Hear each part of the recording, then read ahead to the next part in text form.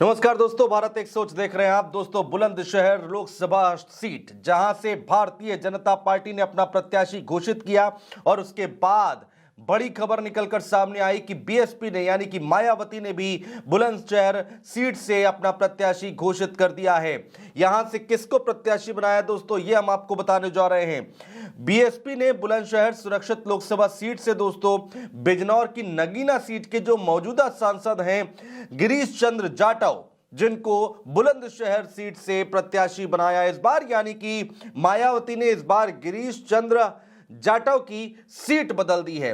जो 2019 में नगीना लोकसभा सीट से चुनाव जीत कर आए थे, समाजवादी पार्टी और बीएसपी के गठबंधन के सहारे ये सीट जीत कर आए थे। उस वक्त 2019 में सपा और बसपा का गठबंधन हुआ था और अब ये खबर निकल कर आई है कि गिरीश चंद्र जाटव का यहां पर उनकी सीट बदल दी गई है और उनको अब नगीना से नहीं बल्कि बुलंदशहर से लड़ाया जा रहा है बीएसपी की तरफ से।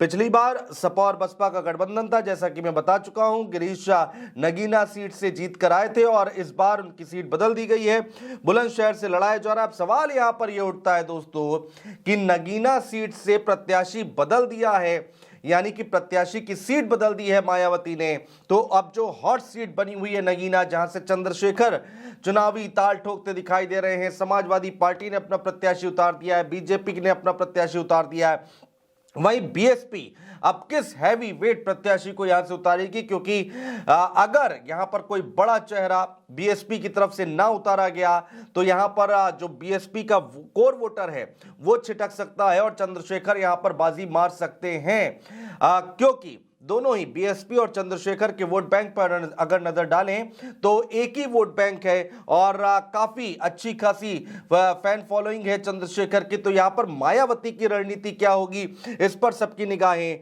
टिकी हुई हैं। कौन है गिरीश चंद्र जाटव, जल्दी से हम आपको बता देते हैं। बीएसपी सुप्रीमो मायावती के खासम खास लोगों में से एक गिने जाते हैं गिरीश चंद्र जाटव। पार्टी के अहम पदों पर रह चुके हैं, मुरादाबाद जिले के रहने वाले हैं और बिजनौर जिले की नगीना लोकसभा सीट से मौजूदा सांसद हैं। गिरीश चंद्र जाटव साल 2000 में मुरादाबाद जिले के बसपा के जिला अध्यक्ष रह चुके हैं। साल 2000 की बात कर रहा हूं मैं।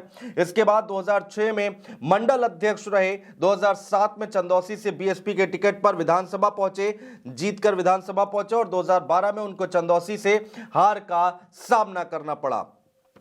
तो ये है गिरीश चंद्र जाटव। लेकिन यहां पर बीजेपी ने किसको टिकट दिया है दोस्तों, बीजेपी ने बुलंदशहर की सीट पर भोला सिंह को टिकट दिया है। भोला सिंह जिन्होंने आरएलडी से अपनी राजनीतिक सफर की शुरुआत की थी, 2007 में रालोद के टिकट पर विधानसभा का चुनाव लड़ा था और बहुत कम अंतर से उनकी हार हुई थी।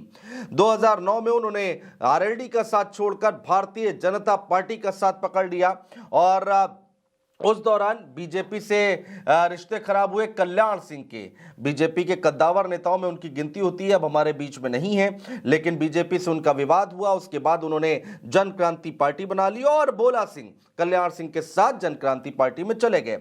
उसके बाद जब कल्याण सिंह बीजेपी में लौट कर आए तो भोला सिंह भी उनके साथ बीजेपी में वापसी कर ली उन्होंने। 2014 में बीजेपी के टिकट पर पहली बार सांसद बने भोला सिंह और एक बार फिर से भोला सिंह पर यहां पर भरोसा जताया है भारतीय जनता पार्टी ने। पिछले 2 बार से लगातार सांसद हैं बुलंदशहर से। अब बात आती है कि इंडिया गठबंधन की बुलंदशहर सीट पर क्या भूमिका रहने वाली है। दोस्तों, जब सीटों का बंटवारा हुआ तो 17 सीटें कांग्रेस पार्टी के खाते में गई। उस 17 सीट में एक सीट बुलंदशहर सीट भी है, तो यानी कि कांग्रेस पार्टी की तरफ से बुलंदशहर सीट पर प्रत्याशी उतारा जाएगा। कांग्रेस ने भी प्रत्याशी घोषित नहीं किया है दोस्तों, लेकिन कयास ये लगाए जा रहे हैं कि कई नाम हैं जो कि चर्चाओं में चल रहे हैं। कांग्रेस पार्टी टिकट दे सकती है, दांव लगा सकती है उन नामों पर। बुलंदशहर लोकसभा सीट से कई नाम जो सामने आए हैं, उनमें से एक नाम है प्रशांत वाल्मीकि का। प्रशांत वाल्मीकि यहां से चुनाव लड़ सकते हैं कांग्रेस पार्टी के टिकट पर। दूसरा नाम दोस्तों यहां पर अमरीश गौतम का सामने आ रहा है कि अमरीश गौतम भी टिकट की रेस में आगे चल रहे हैं। तीसरा नाम दोस्तों जो आया है वो शिवराम वाल्मीकि का सामने आ रहा है, जिस पर कांग्रेस पार्टी दांव आजमा सकती है। बुलंदशहर सीट की अगर हम दोस्तों बात करते हैं तो यहां पर मुस्लिम वोटर जो है वो अच्छी खासी तादाद में है और ये कहा जा रहा है कि अगर मुस्लिम वोटर इंडिया गठबंधन की तरफ चला जाता है तो यहां पर बाजी पलट भी सकती है, क्योंकि कांग्रेस पार्टी और समाजवादी पार्टी एक साथ चुनाव लड़ रही है।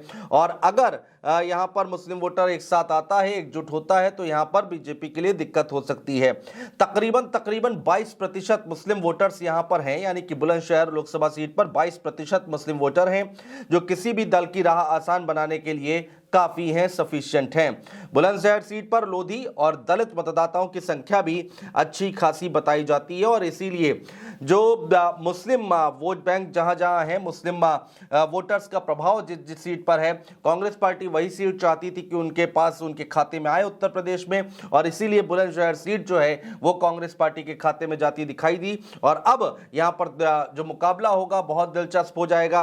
एक तरफ भारतीय जनता पार्टी के भोला सिंह है, दूसरी तरफ गिरीश चंद्रा जाटव बहुजन समाज पार्टी से उतार दिए गए हैं। कांग्रेस पार्टी के 3 नाम जो चल रहे हैं मैदान में, वो आपके सामने हैं, वो हमने आपको बता दिया है। अब किसकी जीत होगी, किसकी हार होगी, कौन किस पर भारी पड़ेगा, कमेंट बॉक्स में कमेंट करके दोस्तों जरूर बताइएगा। बहुत शुक्रिया।